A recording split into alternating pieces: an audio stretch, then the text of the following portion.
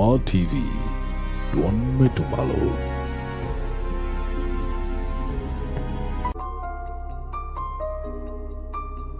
Oroma TV,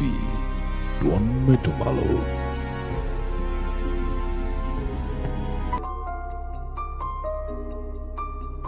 Oroma TV,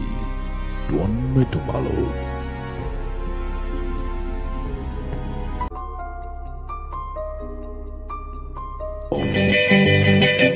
Chris Mountain, Omega Goretti, yeah. Black boy, Tangweno kano, moto kano, pili kano, yaho change otedu ya, Omega Goretti. Tangweno kano, moto kano, pili kano, yaho change otedu ya.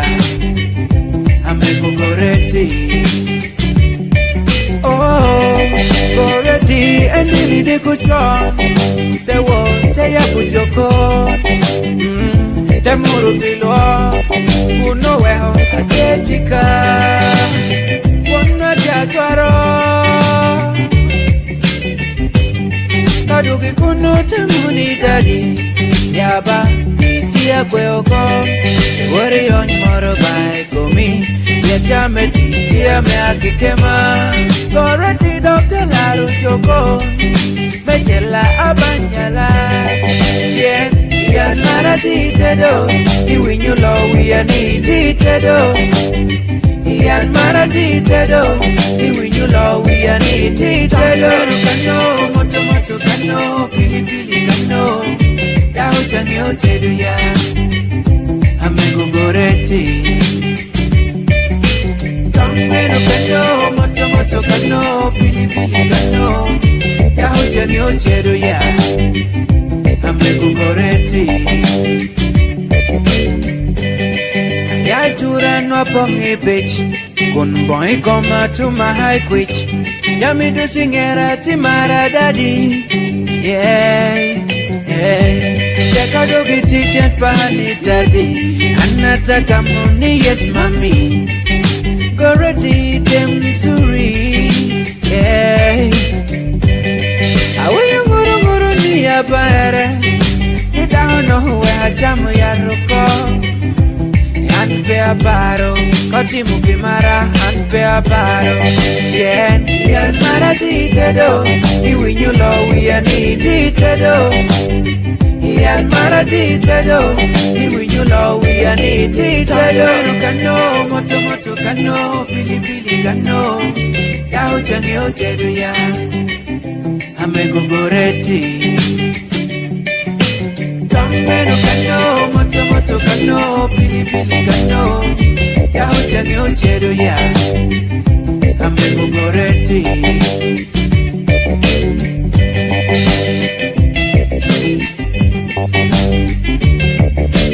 Chris Mountain.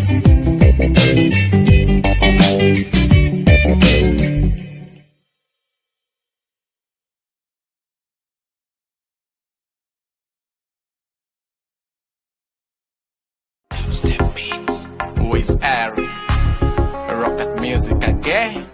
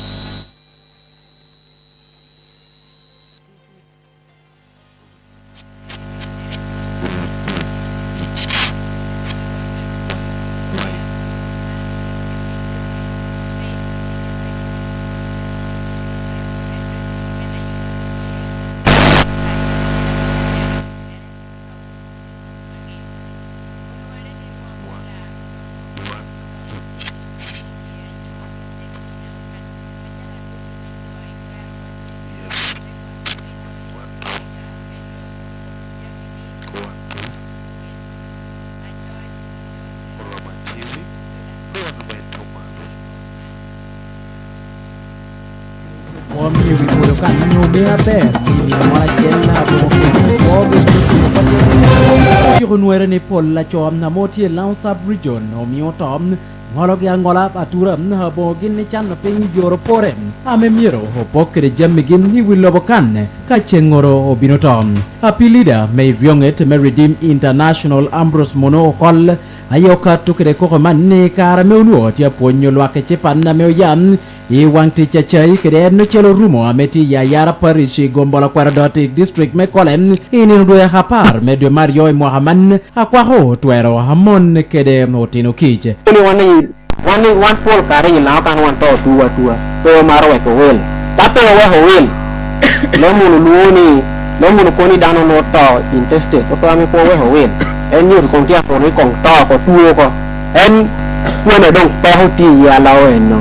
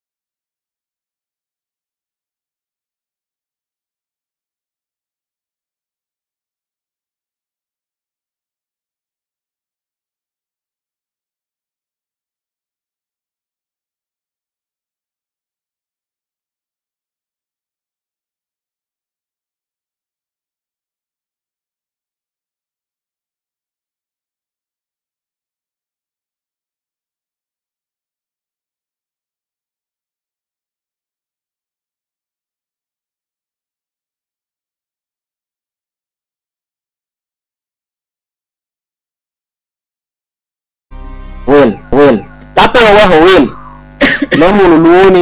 le munu koni dano no to intestate to ame po we ho wel en yur kong tia ko ni kong to ko tuo ko en kuone dong pe ho ti ya lao en no pien pol kare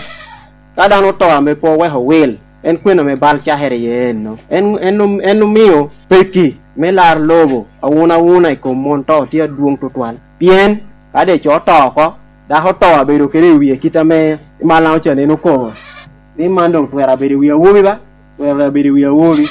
ana daha dong itung bore konom jen acholam na mampicha me kubuti chiryonget me redeem international yilau kan no bin kono mohon ni ryonget mandong ho ti ho konyo kor montom na Paul Mechel yilau sub region pinwo ngola tiram yonge warin na choge kella wuna na duong Mechel komgem aya ngatu ken for reporting borwa fe ko bikar man mira bay kwena nung bali kwena wan po paro balo teki bala police me yara kan ti na machinewa kayini wor kanu yinta reporting gindong neo ko case zana wana tiya ginniyo wa report to case ni mir yayi area zana kwano ni e kamir bereti teni fe mir bedi yinti laro lo bangato pien ka ko no ni tilaro lo bangato no wando ko pani ting wa hoy no dawlani mo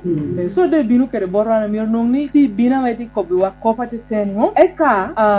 taden mir beda metwer mo ka chiama ti laro itung bore konam ha mampisha ha me bo don lobo metederom be gombolam no kwero dot man CDO Boniface Sonyeram obin kono chiro lwak me ayara kede dong la loro me gwakere I kompoko jemme gi bang Otyeno kede monni dogin abon ketom ni chocha chalu magi dushudan poti yakina jammi hame nyao tella tek me cheli pashum ikin mon kede maki mogom na me konom obino bedo kede gum me winyo ponyi ryonget me Redeem International in Indonesia obino yaru wako ni pony manno kela loha na duong ni kwogim ni beo kom ni nge yotwero gin kede dong ngoma tima kachem hodonyom ni peho me mayu lobo kede jamme tetek chakerem ni mwaka tutumiario kede pierio we Adek nakam mwaka tutumiario kede pierio we bisiel ryonget me Redeem International o koyom montom na me welgi romo pierang men nonom amenuom ni utio laru lobo gin kuni kweda dang ame ryonge racheli enom otimum ni mwaka tutumiario kede pierio we ryom tiachimoni pachentin piera bisiel me montom abem ya wuna magim jom na metimum obedo warigi meye pachom na chigim no dashom Amut Radio QFM Joseph Fokul Pila Payatek Joseph Fokul Hepila pay report hame himiunanum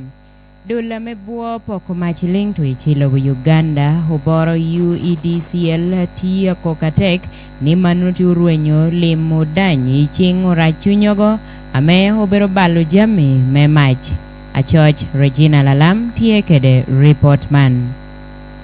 Dasamendo poko machilo Uganda itika karoki achara nyone losses machala duki me wang pamach madong tika wang ekar maping utuoni ngat maloyo dok kelo wi dul mapat karachel nyone stakeholders affairs dit kiza jonan umoko ni Paul mach maromo pierangwen wi abiro dong utieko wang wako ikar machok maching tika rienyi umiyo labol ni Paul's mach pierangwen wi abiro ni kikwano ki district me ajumani gulu medo ki amoro kiza okaro ki lok mani kar matika lok kilo cholo kangea iboma madit nyoni regional OPG matinonge iboma madit me gulu city inino dwe pa me dwe mario makaliwa rio kipiera rio wia bichel kiza oloko kilo church kon wacho ni ikare man joma pol tika wao ping kitien lok mapapat magen kingeo kon jomo kene tikere ni ye nika wao pora wa onyo wao ping romo nongo kach mabupe kar me anyim ento karika bet kameno eno wachi machalo dul mapoko machilo Uganda onyoni Uganda Electricity Distribution Company Limited gitika yele menero ne gidwako ruome wang pamach ping ni woki fonyo dul mapapat ma kinatiye luponye dini ludiro mete kwaro medo kijo mukene magiromo lok kilwak wek mach peke wang ata maperwate kede che speak to the issues of the liability, but most especially the issue that is hard fighting on the side of the business, that is the bush burning. We have officially commenced what we call community engagements, and our focus is going to be in the northern, eastern, and the northeastern parts of the country, where we have witnessed quite a number of our infrastructure going down as a result of bushfires. But for specific focus on the context of Acholi sub-region, we have so far received about 47 cases, which includes 47 structures coming down as a result of bushfires. And to be specific, this has been witnessed on the side of Ajumani, side of Amuru, and parts of Gulu town. And of course, for people who are looking up to having reliable electricity, you very well much know that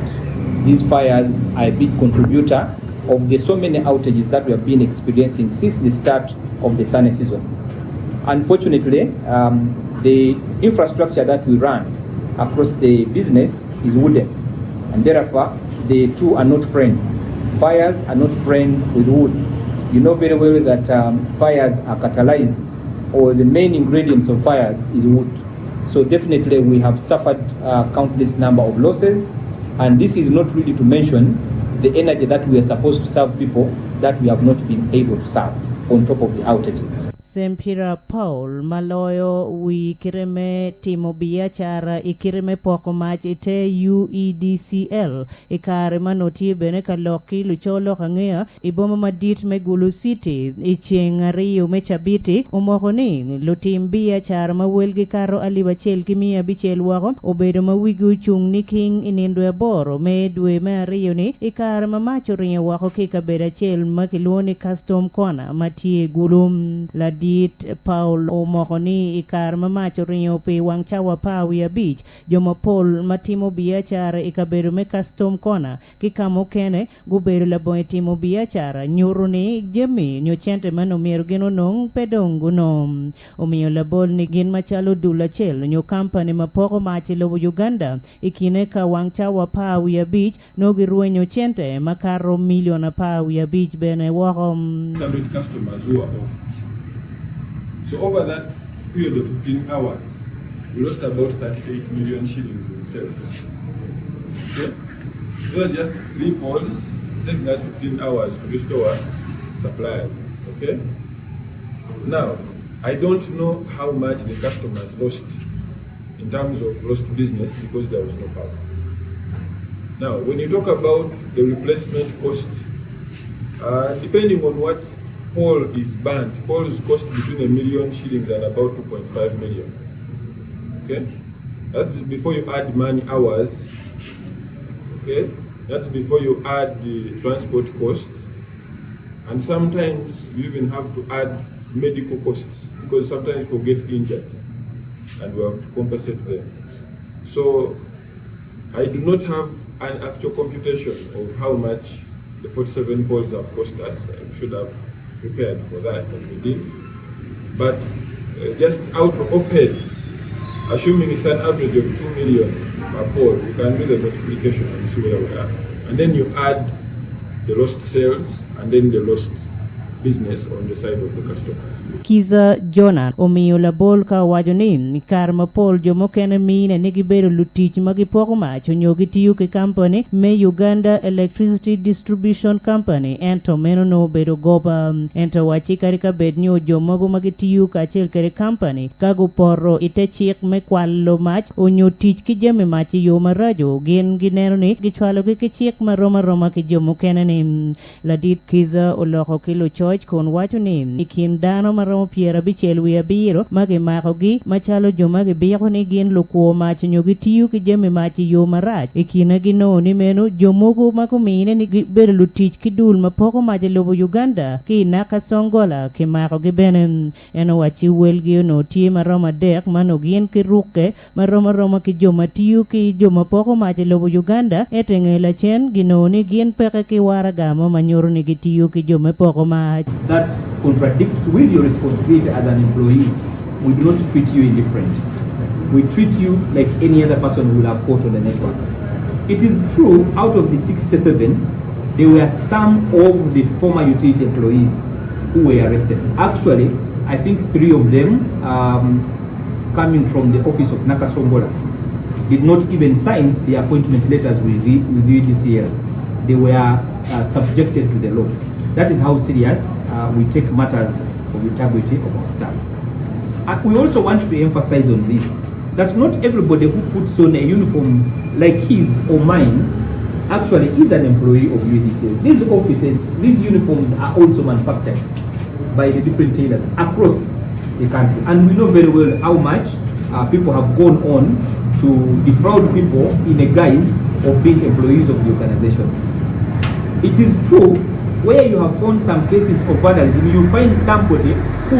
are employees of the organization. And that's where we are actually calling on the community to engage these people. When you see any suspicious activity on the network, don't just take it for granted that maybe these are employees or these are contractors on the network. Please engage and ask the hard questions. If they are genuine and they are right from an office or they are commissioned to do a project on a particular grid line, they will explain what they are doing and they will tell you what time it's going to take them to execute the work. So the litmus test really comes back on us interrogating these people from time to time. we also know that the issue of fraud is not only an issue of UEDCL. People have been defrauded. We have seen people making army uniforms. We have seen them being paraded before media center. Someone with a decorated rank, but in actual sense, they have never owned, they have never even taken a training of 1 hour. PQFM Regina Lalam. Poetic Regina Lalam pe report hame himio. Te kwaro melao tia yubulego haduong hame gentie ni Binunoto hotel aduchu melao pitielo me hakokwang. A George Joseph Okul hepila tie kede report man. Wondeo melao engineer Dr. Moses Michael Lodon kunem notiro yobo lega duong mego yogo miko motela melao sub-region na mo yero ga chuchok yenem nikere memado chunyotela magim na mekwirgim ni gumaracho binuremo kwashen ilo kere meja me Amut me QFM mini rapar me de Mario Mohamed alok pi won nyasi melao Patrick okwir ena ye ko binu boko man na tiratir won nyasi melao ucho wariga kun luo lo ke chipan ilao meno guerro me bini lego kere goyo gum meta kwaro iko motela melao ame weho teach ena mo donye ti nyen kede na kwir gi binu rem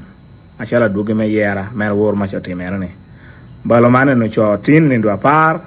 me do Mario mo hatu mi Mario pero bichel gun ngata me chieti ye obedo prime minister awon nyashime lao professor Willie Okulu cho hare man nyogore man binu bere ni ndo pero we boro do Mario e mo hatu mi Mario pero we bichel cha hare cha wangwen Ilao Cultural Center. Okwiro te moko ni lego man konom no binu yaro nyim lao hotel me yero nyen ekadang hotel titigi jamin ame rock me lao tia mito pi dong lobo kunni tungu chelem obinu tich kere lego ndasha danga me madu chunyo telam ame kwir gurem kere me doro yuba me mato puti kinno tela magim ibalo man konom na me won nyashu chom ne kam prime minister Willie Okulu no te dwallo chia terem obinu luon hotelam ni ruam ga popati lao sub-region kere dungi tung malo me Uganda lorom achalom otichubam o wibiem no gokuj kero tela mete kwarom ni kinen no chelem na pol me chele Wanongeni want to get the ministers Adek, Dr. Jane Ruth Achengo Chero, Honorable Betty Amoy, Karachel Kere Government Chief Whip Dennis Hampson Obua, Uluoye Bishops Duchi Lao Kere District Kadi Melao District, Uluo Minister May Northern Uganda Dr. Kenneth Omona, Uluo mi MPs Duch me Parliament me para rio Nyenne, Kere Uluo MPs Duch me Parliament me para Chiel, Ame Potia Tichi, Uluo Chairperson Elsie Fives New Elsie Beach Kere Meya, Ename Nyen Kere Ena Chon, Ame Awako Teach, Uluo Yo Witong, Karachel Kere Ministers Duch Meta Kwaro, Uluo Weki Kome, Kere members me committees awon national lao Uluo Duonkom Kere members me Togo awon national Amut Radio QFM Joseph Okul Pila Poetic Joseph Okul hepila pi report mio iti winyamut kede iwinyamut Radio QFM ineno hiyo Rama TV hametie uchibere Uyam Road, Plot Pera Beach, Webero, Hopimenelek to Home VH Public School, Uchibere di Boma Dit, Melira, Victoria School of Nursing, and Midwifery, Ametie Gedome Freddy's Rehabilitation Center, Chokedelau Cultural Center, Boroboro Road, Lira City East Division, Nitetela Dr. Isaac Courage, Karachiel Gede Faith Senior Secondary School, Ametie Lumumba, Premier Progressive SS, Ametie Lela Pera Tetela Dr. James Otyeno Gipi, Ginanatie Cholope Hamut, Ipiera Bongwen Wiangwen, Tonera Adek Radio Kiyo Famam. Alok pideribwa metung malo melabo Uganda ho chiho hodwa Amerika duchu pe meti kerediro medi wigi me kwalo chiende I chingo tin kwan hametia dohe chukuli kumkareman. A George Hillary Hopio Mara kede Gloria Hadong tie kede report man. Alopio du Amerika metung balo melobo Uganda bena tanyi homa sanga tirnina kin putpe imedo welwori kare mana metino tie madok kere ichukula da miero de rebu Amerika ken peti kere goba mebualo chiente chingo tin kwana alobere kere masanga tirni tie de rebu amogama metie itung malo melo be Uganda metiu kere kare mana motina apol tie madogini ichukul mebuolo Otyeno meweko Otyeno chul chenta dondo bodgin kun kabeda amane ichawa man welwot pupe omeda twala eno okone yai iboma lera city woro Kampala Putie tutumia piera degno no ya igolo sitimna bino ilera chitigan tie tutumia piera riomna ya ichitime umbale bino na iboma leramna tie tutumia piera riono no ikin kabere ochelenna man when making sure ne one family will transfer kado unity ya lera kan ya yoro Kampala chilling tutumia piera degno chawa ni nana copy welcome Kampala puti chilling tutumia piera degno kai wel gulu yoti chilling tutumia piera rio dai na wana loki Fojote were wele chilling to me piario no. Kaya kai we dom bale karu. Wele yam chilling to me piario. The same way that put piario. Kaya kai we damala tha feri kuja namasale yoti chilling to me piario. For them money that chilling to me piario. Iya kai we paton kan chilling to me piario. Word kalon chilling to me piario be big. Iya kai we tuve chilling to me para beach beam to me piario. Kotiri chilling to me piario be big. Those are kita me welwa tia word keren. Then kire area mo dong tia me tia tino tiria kina pa kan dia kan word kambini no ti chilling to me pa lor bi gar chilling to me pa kapari kan to me pa Wo pere kere masanga titi onywal melao me bero jo me maro ti chare chikere bora kikena metero Otyeno ge ichukul Hento me pola karegin kong yetero Otyeno ge komgin ichukul mege ngokuo ama kwalo kere Otyeno na kere ngo awano me degurum endang omia kwanya kin boderi bua pe me ngwajenin ichipida ata ento megin ngwej moto me paro kwajo amegin Otyeno terum wal ametia chalo tin school kalke kere gino Otyeno da kwato kene arwa minya chwal amira ma chwal kwato kere bot drivers mobile my fellow colleagues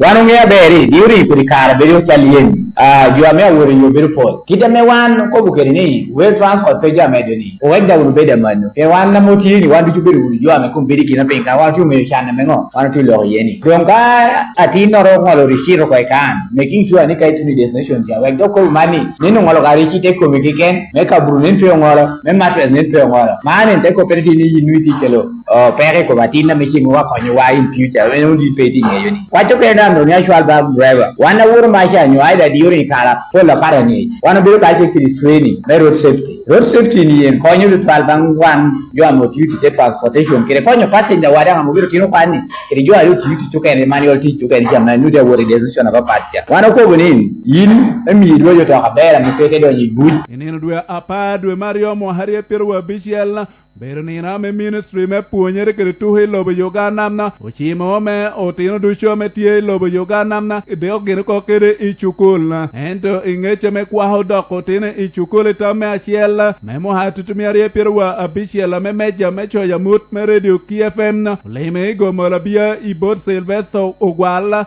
Mabere won koma chiel me wang tite kula me ametiem na igomola bia kuna tiema titunem na Otyeno me romo pier adegwia arioge ken ena ye odogine ichukule ni me achiel ogwala mohoni gino otera metedero binu gine mako anywal moro ken me pe binu duoko Otyeno ge ichukul chahere ni dua paru ya chiel dwe ma ario mo hario kere pier wa bichiel Mirinde apar medio Mario o achalo golo kurubero yelo jo eto gen karo keno nu petia ngeyo ne school ya beretin am challenge ne na bina tenu school la kwanye officer master onu tieno ti karpia de we bichal keten baro poye tana abge onu ti dushu apara de chalo slave work bang chawani wanu le ko wane teacher meta kulupi 7 tuna no ni tana medi he umur bedaber I don't want else ame tu surrounding Kulupi 7 nyer wana odloa meko boni ka tinora me wana nu ipure na nyu alorti agoko wan poma katin but wan ma ko na nyu ale ko kome because kayini winyu school kitame tia winyu kereni o ya ber ko tinini yimpo temi ya tinini tia ti yugina pa you are going to be under arrest ento yom tunya do nu tini a jo director me babos kinta goten de ke babra alonya terune gen chario mene ndu apadwe Mario mo harie perwa bichiel chahogene chukula ber dogo kwaje tie boto onywal medwa Otyeno ko ichukul chon eno oko ni chukul man gwo Otyeno chahere mo hachiel Michelle wuot kare chikere malo dong neno ge tiem me yelo malo ko me puonyere iroma ping. Bringing it something nice, something that has been lacking in Lira, and today we officially open our Bubbles Daycare. Our Bubbles Daycare is situated in junior quarters, just right opposite Glass Lounge, a few meters from the kindergarten. We decided to start the daycare because we noticed there was a gap. Parents were having a challenge with the nannies, and then some parents had to work sometimes late and they needed someone to keep their children. So at Bubbles Daycare, we're enrolling children from the ages of 1 to 2.5 years. The place is a home away from home. If you have time, come and visit us. Our caregivers are ready. We've got experienced people to take care of these children, and we'll surely give the best to your child. The kindergarten has also started. The teachers are ready for everybody that has reported, and we are wishing those who are still taking children to school that we are waiting for you, and everybody. Amut Radio QFM Hilary Opiomara.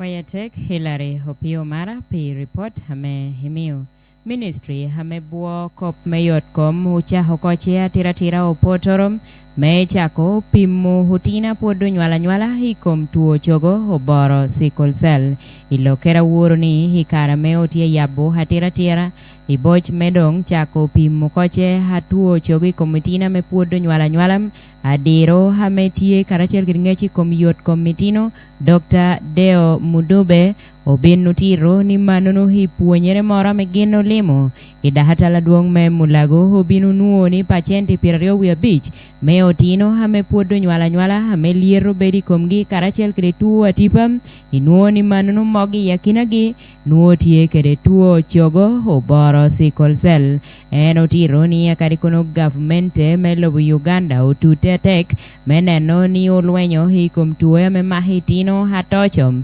achalo pneumonia tuo chado medo kede tuo atipam ikin en nuchele medwako ping rome